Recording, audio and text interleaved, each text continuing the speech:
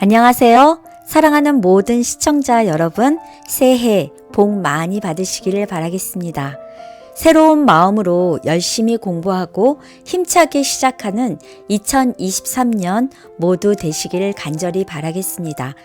이번 첫 기 일과는 돈을 저축하는 일, 부를 축적하여 하나님을 위해 올바르게 사용해야 하는 특권과 책임, 그리고 돈을 벌고 저축하는 모든 일들을 믿음으로 해결하는 법을 우리가 함께 배우도록 하겠습니다. 하나님의 자녀로서 살아가는 여러분들과 제가 누리는 모든 것이 하나님의 은혜임을 깨닫게 되는 시간이 되시길 바라며 첫 시간을 시작하겠습니다. 1과 하나님의 가족의 일원. 안녕하세요. 안녕하십니까. 네, 드디어 2023년이 시작이 되었습니다. 네. 네, 저희가 이제 오늘부터 이제 일기를 첫 시간을 저희가 갖게 되었죠. 네, 그렇습니다. 시간 참 빨리 가지요. 네. 드디어 2023년 일기 공부를 시작해 보도록 하겠습니다. 네. 네, 제목이 무엇인가요? 그분이 오실 때까지 주인을 위해 관리함. 네, 이 주인이 이 관리자에게 맡기고서 다시 오겠다고 약속을 하시고 그 오실 때까지 그 관리자가 주인이 위탁한 것을 어떻게 잘 관리해야 된다는 뜻이죠. 네. 예. 저희가 관리자가 되는 건가요? 그렇죠. 예. 그래서 결국은 이제 청직이라는 말을 쓰죠. 예. 예. 또 하나님께서 아담과 하와를 창조하시고 나서 아담과 하와에게 이 만물을 다스리고 관리하라고 그렇게 그 관리자의 총 매니저 역할을 주셨잖아요. 에덴 동산에서. 에덴 동산에서. 예. 마찬가지로 우리에게도 예수님께서 다시 세컨 커밍 하실 때까지 우리에게 맡겨주신 것들이 있는데 그것을 우리가 예수님이 올 때까지 잘 관리하라는 뜻입니다. 뭘 관리를 해야 될까요? 궁금하네요. 그렇죠. 네. 네, 그게 오늘의 공부의 핵심입니다. 그래서 Managing for the Master, 우리 마스터가 되신 예수님이 He comes until 다시 올 때까지 우리가 잘 관리를 해야 되는데 무엇을 관리할까요? 우리 한번 그 내용을 이번 기 공부의 개요를 보겠습니다. 제목을 한번 다시 한번 읽어주시겠어요? 그분이 오실 때까지 주인을 위해 관리함. 예, 무엇을 관리해야 될까요? 예, 이 성경에는 2000개 이상의 성경 구절에서 무엇에 대해서 얘기하고 있냐면 돈, 소유물, 이런 재물에 대해서 얘기를 하고 있는데 그것을 우리가 어떻게 다루어야 지는지에 대해서 얘기를 하고 있습니다. 저 생각을 못 했는데 정말 놀랍게도 이런 것에 대해서 2000개 이상의 성경 구절이 있었다고요? 예. 그래서 하나님께서는 이런 성경 구절을 통해서 우리가 사는 이 세상이 참 스트레스가 많은 세상이잖아요. 네. 이런 삶의 스트레스를 초월해서 우리에게 주어진 것을 우리가 재정적으로 이 도둑질하지 않고 아주 신실하게 잘 관리해서 잘 살라는 이 교훈을 주신다는 것입니다. 따라서 성경은 우리가 부자가 되거나 부를 축적하는 것이 잘못된 것이라고 이야기하지 않습니다. 하지만 어떻게 하나님께서 올바른 관점에서 하나님이 보시는 것처럼 우리가 이 재정을 관리하기를 원하신다는 것입니다. 그래서 이번 기회 공부에서는 우리는 하나님과 우리의 관계에서 하나님께서 우리에게 무엇을 원하시는지를 우리가 공부를 하고 그 원하는 것을 우리가 잘 실행함으로 인해서 하나님과 좀 더 깊은 신뢰를 발전시켜 나가기를 원하시고 또 공부를 이번 기회에 해보겠습니다. 그래서 이 계시록에 보면 이제 어려운 때가 되면 우리가 매매할 수 없을 때가 오잖아요. 네. 사거나 팔 수 없을 때도 우리는 우리 하나님께 충실해야 되는데 이러한 믿음은 하룻밤 사이에 뚝딱 하듯이 마술처럼 생겨나지 않는다는 것이. 이런 믿음은 어떻게 해요? 매 순간순간, 매 하루하루, 매달, 1년 이렇게 진행되어 가는 것이잖아요. 그래서 우리 모두가 하나님께서는 하나님께 대한 신뢰와 믿음이 깊어지고 또 하나님을 위한 신실한 청지기가 되기를 바라신다는 것입니다. 그래서 이번 기회 공부의 계율을 여러분 잘 아시고서 우리 다 같이 오늘 공부 일과를 시작해 보도록 하겠습니다. 네. 오늘 일과 제목은 하나님의 가족의 일원이네요. 예, 우리는 하나님의 가족의 한 사람이라는 것입니다. 이 가족하면 이제 아버지, 부모가 있잖아요. 네. 또 자식이 있고. 그래서 부모와 자식 간에는 항상 어떤 관계, 사랑을 주고받는 관계잖아요. 네. 또 부모가 자식을 어떻게 해요? 테이크 하잖아요. 무엇이 필요한지, 무슨 옷이 필요한지, 무슨 음식을 먹어야 될지, 이런 것들이 필요하잖아요. 이런 가족의 이론이라는 제목을 가지고서 우리 한번 공부를 해보겠습니다. 네, 우리 다 같이 기억절을 우리 보도록 하겠습니다. 보라, 아버지께서 어떠한 사랑을 우리에게 베푸사 하나님의 자녀라 일컬음을 받게 하셨는가. 우리가 그러하도다. 그러므로 세상이 우리를 알지 못함은 그를 알지 못함이라. 요한일서 3장 1절. 그래서 오늘 공부의 개요를 보면 우리는 하나님의 가족의 이론으로서 우리에게 주신 가족이니까 하나님의 가족의 이론으로 가진 특권이 있겠죠. 네. 또 특권뿐만 아니라 특권과 아울러서 우리가 무엇을 해야 되는 책임에 대해서도 오늘 공부를 해보도록 하겠습니다. 그래서 공부의 개요를 보면 우리는 하나님의 가족의 일원이다. 하늘 아버지는 우리의 아버지시다. 그리고 이 세상의 모든 것은 다 누구 것이다? 하나님의 것이다. 그리고 하나님께서는 우리에게 허락된 것들이 많이 있어요. 그 무엇을 허락해 주셨는지 그거에 대해서 공부를 해보겠고 그게 특권이지요. 그 다음에 그 특권과 또 우리가 구성원들이 가져야 될 책임에 대해서 공부를 하겠습니다. 그리고 이번 기 제목이 재물에 관한 거잖아요. 네. 보물. 네. 그래서 우리의 재물을 우리가 어떻게 투자하고 우리가 어떻게 사용해야 되는지에 대해서 공부를 해보도록 하겠습니다. 그리고 우리 마지막으로 요약하고 공부를 마치도록 하겠습니다.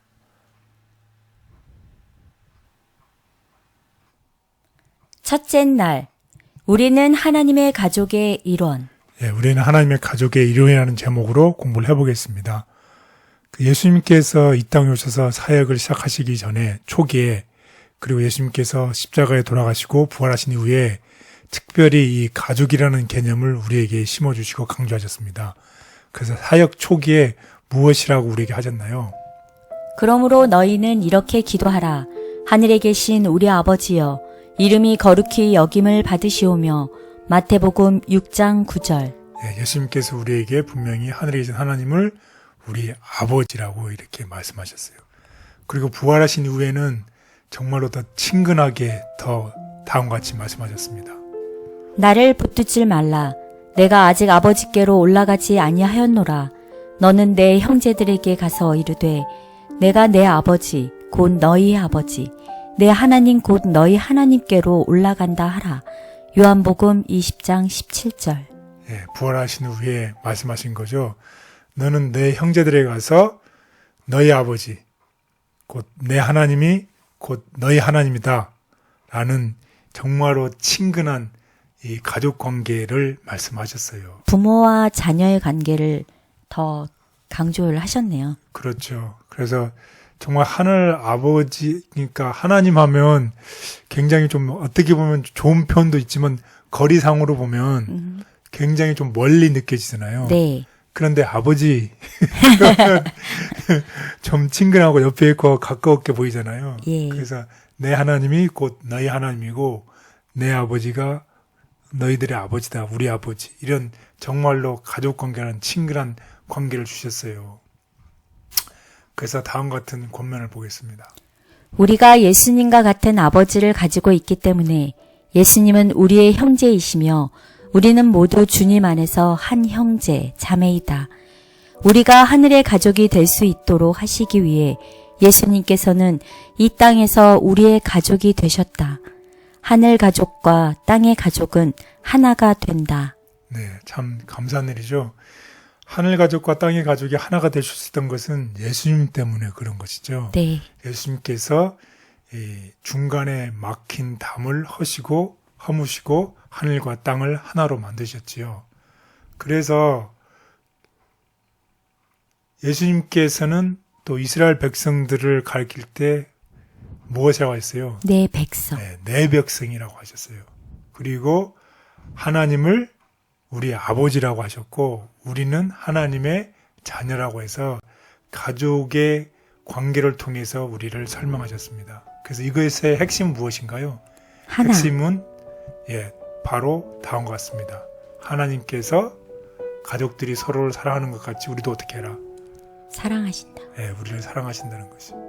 결국 가족의 관계를 우리에게 설명하신 것은 우리를 사랑하신다는 그 사랑을 보여주기 위해서 이런 관계를 말씀하셨습니다.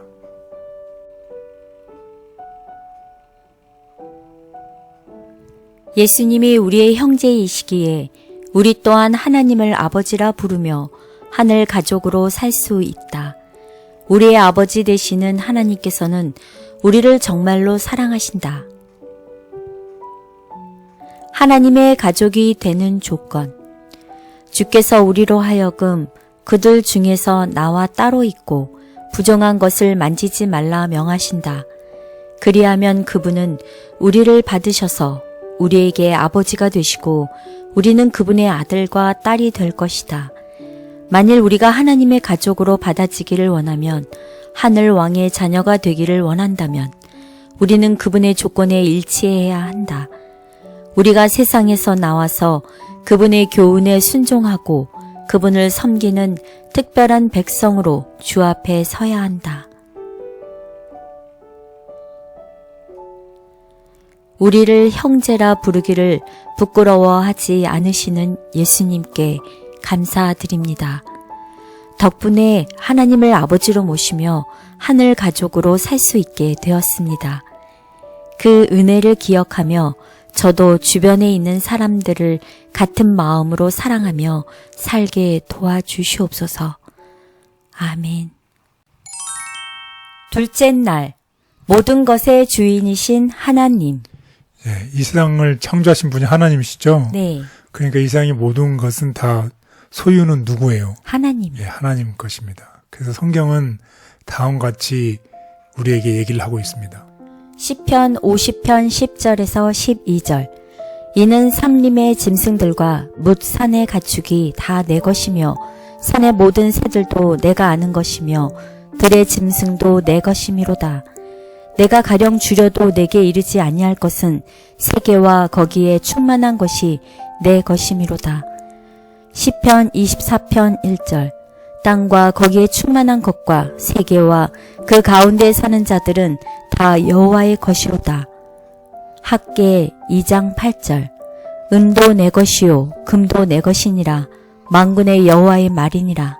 네, 그렇습니다. 여기에 있는 세 개의 성경절에서 나타나고 있는 공통점은 이 모든 것들이 다 누구 것이다? 하나님. 하나님의 것이라는 것이에요. 다 내 것이라는 것입니다. 그리고 그 다음에 성경절을 하나 더 보겠습니다. 역대상 29장 13절 14절. 우리 하나님이여 이제 우리가 주께 감사하오며 주의 영화로운 이름을 찬양하나이다. 나와 내 백성이 무엇이기에 이처럼 즐거운 마음으로 드릴 힘이 있었나이까. 모든 것이 주께로 말미암아 싸우니 우리가 주의 손에서 받은 것으로 주께 드렸을 뿐이니이다. 이 기도는 이제 다윗이 했던 기도죠. 다윗이 공중 기도에서 고백하는 것이 있었는데 모든 것은 하나님께로부터 온 것이고 우리는 하나님의 것을 받았기 때문에 감사함으로 어떻게 그것을 다시 하나님께 드렸을 뿐이라는 고백을 하고 있습니다. 그래서 마치 다윗은 이 세상의 모든 것이 하나님으로부터 온 것을 알았고 또 받은 것을 우리가 다시 감사함으로 하나님께 다시 돌려드려야 된다는 것이죠. 그런 이제 재정에 대한 이 개념에 있어서 우리가 힘들게 벌고 직장 다니고 이렇게 많이 돈을 벌잖아요. 네. 우리의 수고를 통해서. 그럼 우리는 이게 다 누구 것이다. 내 것이다. 네. 내가 벌었으니까. 내가 벌었으니까. 네. 그렇죠. 이런 생각을 하고 있는데 다윗은 그렇지 않다는 거지. 네. 비록 우리가 힘들어서 이걸 벌었지만 이것이 누구로부터 온 것이다. 하나님. 그러니까 내 안은 하나님의 것을 잘 관리하고 하나님의 일을 위해서 필요하면 어떻게 한다.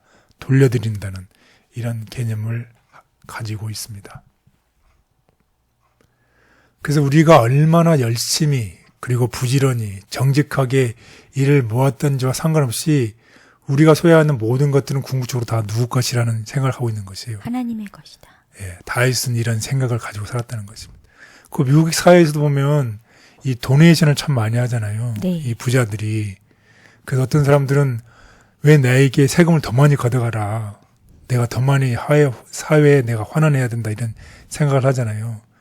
그럼 우리가 결국은 내가 가진 것을 다시 재분배를 시켜줌으로써 가난한 사람들에게 나눠주고 또 모두가 다 공평하게 될 수 있도록 서로가 노력할 때 이 사회가 사실은 이 경실해지는 거지요. 그래서 다윗은 정말로 하나님의 것이라는 것을 인정하고 내가 가진 모든 소유를 하나님을 위한 것이라면 이렇게 기꺼이 즐거운 마음으로 냈다는 것입니다. 그래서 하나님과 그분의 은혜가 아니었다면 우리는 아무것도 소유할 수가 없을 것이고 우리의 인생은 아무것도 아니었을 것이라는 생각을 다윗은 이미 가지고 있었다는 것이에요. 그래서 중요한 것은 뭐냐면 그러므로 우리는 항상 모든 것이 하나님의 것임을 인정하고 기억하며 살아야 한다. 우리는 우리를 향한 하나님의 선하심을 찬양하며 감사함으로 이와 같은 진리를 잊지 않고 기억할 수 있다. 다윗이 모든 것의 주인이신 하나님께 영광을 돌리며 기쁨으로 드린 것처럼 우리도 하나님이 우리 삶의 모든 것의 주인 되심을 인정하며 감사와 기쁨으로 드려야 한다. 선악과를 두신 이유. 주님은 에덴의 모든 나무를 창조하시되 보기에 즐겁고 먹기에 좋도록 하셨으며 아담과 하와에게 그 모든 풍성한 것들을 자유로이 즐기라고 하셨다. 그러나 한 가지 예외를 두셨다. 선악과는 먹지 말라고 하셨던 것이다. 이 나무는 하나님이 만물의 소유주이심을 끊임없이 상기시켜 주는 것으로서 유보하셨으며 그와 같이 함으로써 주님의 요구에 완전히 순종함으로 그분에 대한 저희의 믿음과 신뢰를 실증할 기회를 주셨다. 지금 이 순간 숨쉬며 살아가는 것에서부터 제가 누리며 살아가는 모든 것들이 하나님의 은혜임을 다시 한번 깨닫습니다. 제 삶과 제가 속한 모든 것들의 주인이신 하나님께 기쁜 마음으로 자원하여 드릴 수 있는 믿음을 허락해 주시옵소서. 아멘. 셋째 날, 하나님의 가족에게 허락된 것들.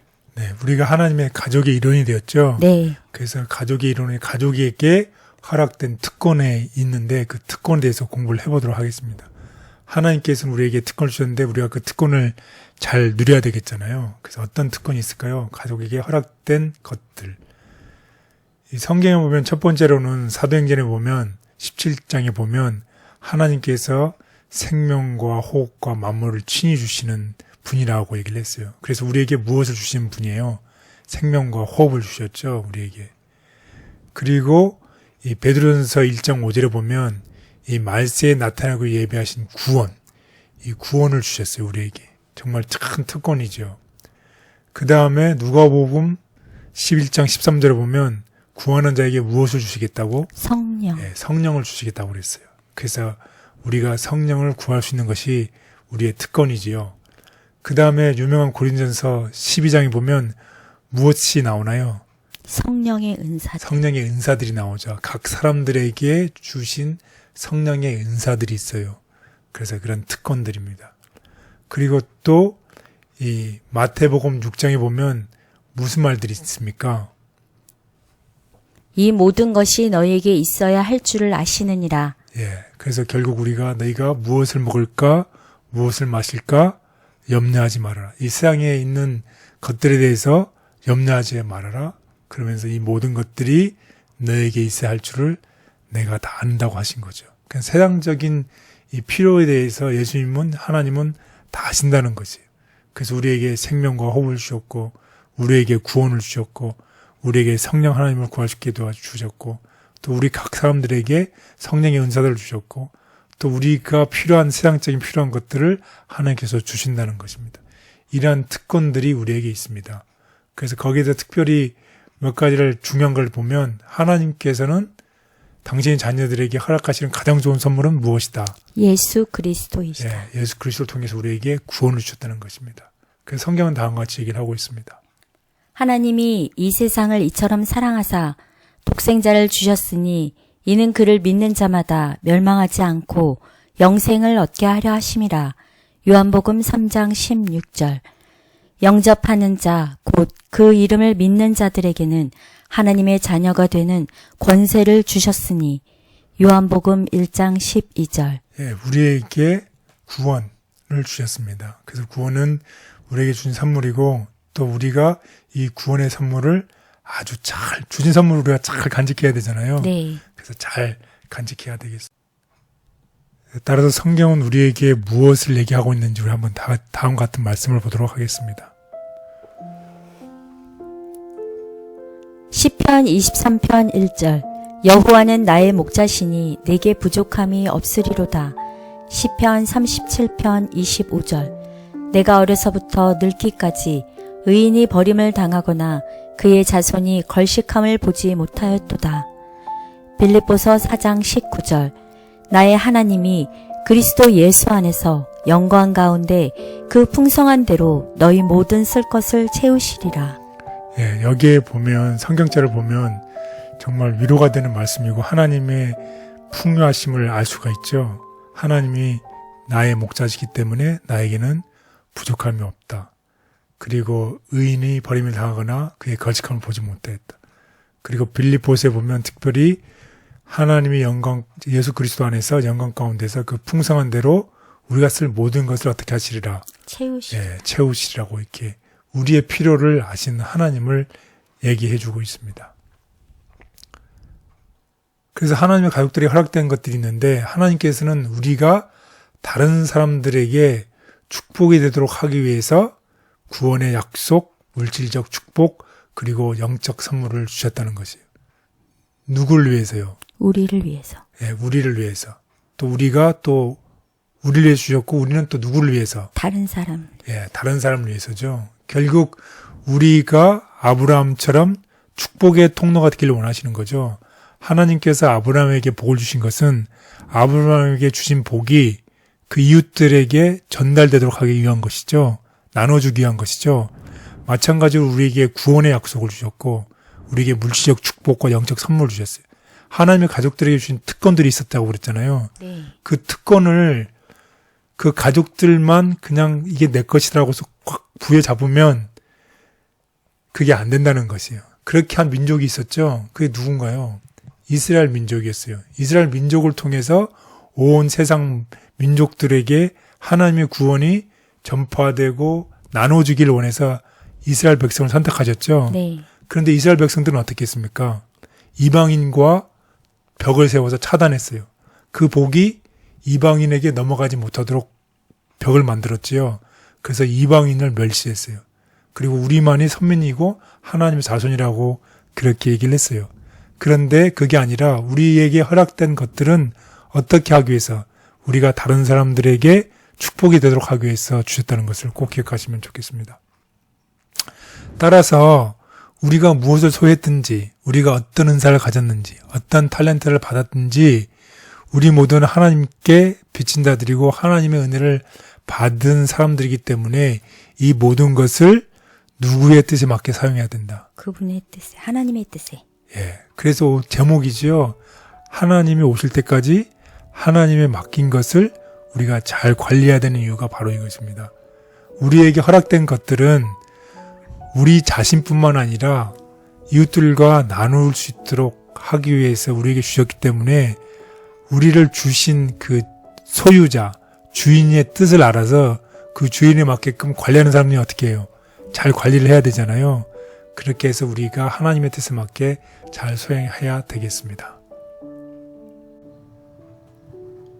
하나님께서는 우리에게 구원의 선물뿐만 아니라 매일의 삶에 필요한 여러 가지를 허락하신다. 우리는 그것들을 하나님의 뜻에 맞게 사용해야 한다. 선물을 주신 분께 영광을 드려야 사람이 가진 재능이 많을지라도 하나님께서 그에게 주시지 않은 것은 하나도 없다. 그리고 이와 같이 귀중한 그분의 은총의 표적들이 인정받지 못하거나 올바르게 활용되지 않을 때 그분께서 거두어 가실 수 없는 것 역시 하나도 없다. 죄악으로 지각이 흐려지지 않은 하나님의 천사들은 하늘의 선물들이 그 선물을 주신 위대하신 분의 영광을 나타낼 수 있는 방법으로 돌려드리도록 의도된 것임을 인정한다.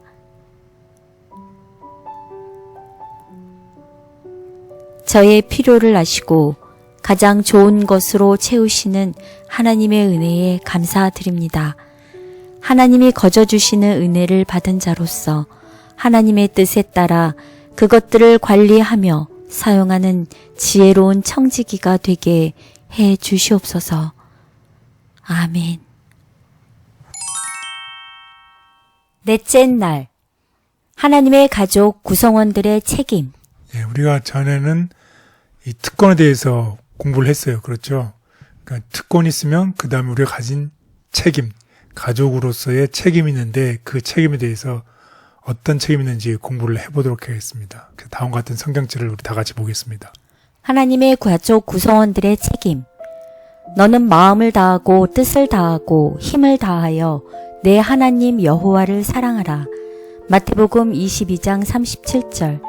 예수께서 이르시되 내 마음을 다하고 목숨을 다하고 뜻을 다하여 주 너의 하나님을 사랑하라 하셨으니. 예, 여기에 보면 가족 구성원들의 책임이 무엇이라고 보이나요? 여호와를 어떻게 하라는 게 우리 하늘 아버지를 어떻게 하라? 사랑하라. 예, 사랑하라고 그랬습니다. 어떻게 사랑하라? 마음을 다하고 힘을 다하고 뜻을 다하고. 예, 그렇게 사랑하라고 하셨어요. 그렇다고 하면 우리는 어떻게 우리가 마음을 다하고 목숨을 다하고 뜻을 다하여 하나님을 사랑할 수 있을까요? 좋은 질문입니다. 어떻게 하는 것이 사랑하는 것인가요? 거기에 대해서 우리 성경은 다음과 같이 얘기를 하고 있습니다. 신명기 10장 12절 13절. 이스라엘아, 내 하나님 여호와께서 내게 요구하시는 것이 무엇이냐? 곧 내 하나님 여호와를 경외하며 그의 모든 도를 행하고 그를 사랑하며 마음을 다하고 뜻을 다하여 내 하나님 여호와를 섬기고 내가 오늘 내 행복을 위하여 내게 명하는 여호와의 명령과 규례를 지킬 것이 아니냐. 요한 1서 5장 3절. 하나님을 사랑하는 것은 이것이니 우리가 그의 계명들을 지키는 것이라. 그의 계명들은 무거운 것이 아니로다. 예, 하나님을 사랑하는 것은 곧 무엇이라는 것이에요? 하나님께서 주신 명령과 규례와 계명들을 어떻게 한다는 것이에요? 지키는 것. 예, 지키는 것이라는 것이에요. 그래서 10계명을 보면 하나님께서 주신 계명이잖아요. 그거의 총 제목은 무엇인가요? 사랑이죠. 근데 그 사랑이 첫 번째부터 네 번째까지는 하나님에 대한 사랑과 또 다섯 번째부터 10째까지는 이웃에 대한 사랑을 나타내는 거죠. 결국 가족 구성원들의 책임은 하나님을 사랑하는 것인데 하나님을 사랑하는 것은 하나님의 계명을 지키는 것이고 하나님의 계명은 사랑이지요. 그래서 하나님에 대한 사랑과 이웃에 대한 사랑을 우리가 실천해야 되는 것입니다. 그래서 하나님께서는 우리가 그분의 계명을 지킴으로 하나님과 이웃에 대한 사랑을 나타내 보이라고 우리에게 분명히 말씀하고 계십니다. 하나님께서는 우리가 그분의 계명을 지킴으로 하나님과 이웃에 대한 사랑을 나타내 보이는 것이라고 분명히 말씀하신다. 우리는 하나님의 가족의 구성원들로서 하나님의 말씀을 듣고 그분의 계명에 순종함으로 하나님을 향한 우리의 사랑을 나타내 보이도록 부름받았다. 새 세상에서도 순종할 사랑의 율법. 그리스도의 죽음으로 그분을 세상 죄를 지고 가는 하나님의 어린 양으로 가리킨 표상적 제도는 폐지되었으나 십계명을 통해 구체적으로 표현된 의의 원칙은 영원한 보좌와 마찬가지로 변치 않는다. 에덴 동산에서 생애의 큰 법칙으로 알려진 그 원칙들은 회복된 낙원에서도 변치 않고 존재할 것이다. 에덴 동산이 다시 지상에서 꽃 필 때 태양 아래 있는 모든 사람이 하나님의 사랑의 율법을 순종하게 될 것이다. 하나님의 말씀을 들을 뿐만 아니라 삶을 통해 실현함으로 하나님을 사랑하는 저의 믿음을 나타내 보이고 싶습니다. 구원해 주신 하나님의 사랑에 대한 반응으로서 하나님의 말씀에 순종하게 해 주시옵소서. 아멘. 다섯째 날, 하늘에 쌓아둔 보물. 예, 결국 우리가 이 재물을 어떻게 사용해야 되는지 대해서 오늘 이제 결론입니다. 오늘 한번 결론에 대해서 우리 성경은 우리에게 무엇이라고 얘기하는지 보겠습니다. 마태복음 6장 19절 21절. 너희를 위하여 보물을 땅에 쌓아두지 말라. 거기는 좀과 동록이 해하며 도둑이 구멍을 뚫고 도둑질 하느니라. 오직 너희를 위하여 보물을 하늘에 쌓아두라. 거기는 좀이나 동록이 해하지 못하며 도둑이 구멍을 뚫지도 못하고 도둑질도 못하느니라. 내 보물 있는 그곳에는 내 마음도 있느니라. 예, 우리의 보물을 어디에다 쌓아두라는 것이에요? 하늘에. 예, 하늘에. 우리가 하늘에 닿아서 하늘에다가 거기 저축할 수 있나요? 아니요. 예, 그러면 이게 무슨 뜻일까요? 우리가 보물을 하늘에 쌓아둔다는 것은 어떤 의미일까요? 우리가 피지컬리 우리가 우리의 보물을 가지고서 하늘 어떤 그 창고에다가 넣을 수 없잖아요. 네. 그럼 이것은 무슨 뜻일까요? 그것은 우리의 삶에서 돈을 최우선순위에 두고 가장 중요하게 여기는 대신에 그것보다는 무엇을? 하나님과 하나님의 일을 최우선 순위로 두라는 것입니다. 그래서 만약에 하나님의 일을 위해서 투자할 일이 있으면 어떻게 하라는 것이에요? 당연히 투자하라는 것이에요. 그래서 교회나 이 커뮤니티나 하나님의 뜻을 위해서 필요한 자금이 있으면 어떻게? 봉사하라는 뜻이죠. 그래서 우리가 가진 것을 하나님의 일을 위해서 그분의 나라의 확장을 위해서 또는 다른 사람을 위해서 일하고 그들에게 축복의 대를 하기 위해서 사용하라는 뜻입니다. 그래서 우리 모두가 이 하나님의 뜻대로 이렇게 살면 좋겠어요. 그래서 성경에서 우리는 어떻게 해요? 이런 투자를 하려면 뭐가 돼야 돼요? 우리가 재물이 있어야 되잖아요. 네. 그래서 성경 우리가 부자가 되거나 부를 축적하는 것이 잘못된 것이라고 이야기하지 않습니다. 단지 어떻게 하라? 하나님께서 이것을 어떻게 쓰는지 그런 마음처럼 올바른 관점에서 우리가 그것을 사용하라는 것이에요. 그래서 우리가 재물을 하나님의 뜻대로 벌고 또 하나님 뜻대로 쓰는 것, 이것이 하나님께서 원하시는 거죠. 그래서 우리가 가진 재물을 하늘에다가 쌓아두는 거죠. 하나님의 일을 위해서 투자하고 이웃을 위해서 쓰는 것, 그것이 하나님의 뜻이라는 것입니다. 그래서 다음과 같은 권면의 말씀이 있습니다. 돈은 큰 선을 행할 수 있기 때문에 매우 가치가 있는 것이다. 돈이 하나님의 자녀의 수중에 있을 때는 그것이 줄인 자의 양식이 되고 목마른 자의 마실 물이 되고 헐벗은 자의 옷이 된다. 그것은 또 압제받는 자에게 방어물이 되고 병든 자에게 도움의 방편이 된다.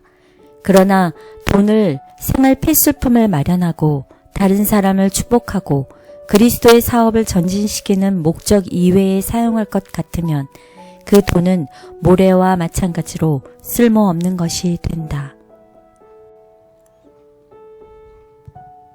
만일 자아를 버리고 자신을 그리스도께 바치면 그대는 하나님 가족의 일원이 되고 아버지의 집에 있는 모든 것이 그대를 위한 것이 된다. 현세와 내세를 막론하고 하나님의 모든 보화가 그대에게 열려진다. 천사들의 봉사, 성령의 선물, 그분의 종들의 활동, 이 모든 것이 그대를 위한 것이다. 세상은 그 안에 있는 모든 것과 함께 그대에게 유익될 수 있는 한 그대의 것이다. 하나님께서 허락하신 물질적 축복을 하나님의 사업과 다른 사람의 유익을 위해 사용할 때 우리는 아브라함과 같이 세상을 향한 축복의 통로가 될 수 있다. 하늘의 보물을 쌓는 안전한 투자. 하나님께서 우리의 보화를 요구하실 때는 그 양이 얼마가 되든지 즐거이 반응하면 그 헌물은 그분에게 성별된 예물이 될 것이며 그것을 드린 사람에게는 좀이 쓸지 못하고 불이 사르지 못하며 도적이 부수고 들어와 훔칠 수도 없는 하늘의 보물을 쌓아두는 것이 된다. 이 투자는 안전하다. 이 돈은 구멍이 뚫리지 않은 전대에 넣어진다. 이것은 아주 안전하다.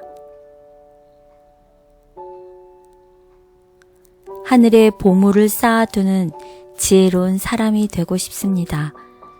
하지만 자꾸만 눈앞의 필요와 이익에 따라 움직이는 부족한 저 자신을 발견합니다. 세상의 기준보다 하나님의 말씀에 순종하며 영원한 것의 가치를 제대로 깨닫게 도와주시옵소서. 아멘. 예, 우리 오늘 공부를 다 같이 요약을 해보도록 하겠습니다. 공부 요약 1. 하나님은 우리를 하나님의 가족으로 부르시고 우리에게 모든 좋은 것을 나누어 주시는 분이십니다. 우리의 생명과 가진 모든 것이 하나님께로부터 온 선물이며 성전 건축을 위해 자원을 준비한 다윗처럼 우리도 그것을 기쁘게 돌려드릴 수 있어야 합니다. 공부 요약 2. 우리는 하나님이 주신 복을 세상에 나누는 복의 근원으로 하나님의 뜻을 따르도록 부름을 받았습니다. 감사합니다. 하나님께서 우리에게 자녀를 양육하고 하나님의 성전을 짓고 또 다음 세대를 교육하도록 우리 모두에게 맡기셨습니다. 하나님께서 우리에게 복을 주시고 좋은 것들로 채우시는 이유를 우리가 함께 배우는 시간이었기도 합니다. 나를 복의 근원으로 부르시는 하나님의 뜻을 따라 복을 나누고 가족들과 이웃들, 친구들에게 축복의 통로가 되는 삶이 되는 우리 모두가 되기를 간절히 바랍니다. 2023년 우리 모든 성도님들이 섬김과 헌신으로 더 많이 하나님을 높이며 더 많이 공부하며 하나님의 축복 많이 받으시는 모든 성도님들의 삶을 응원합니다. 다음 주 다시 인사드리겠습니다. 감사합니다.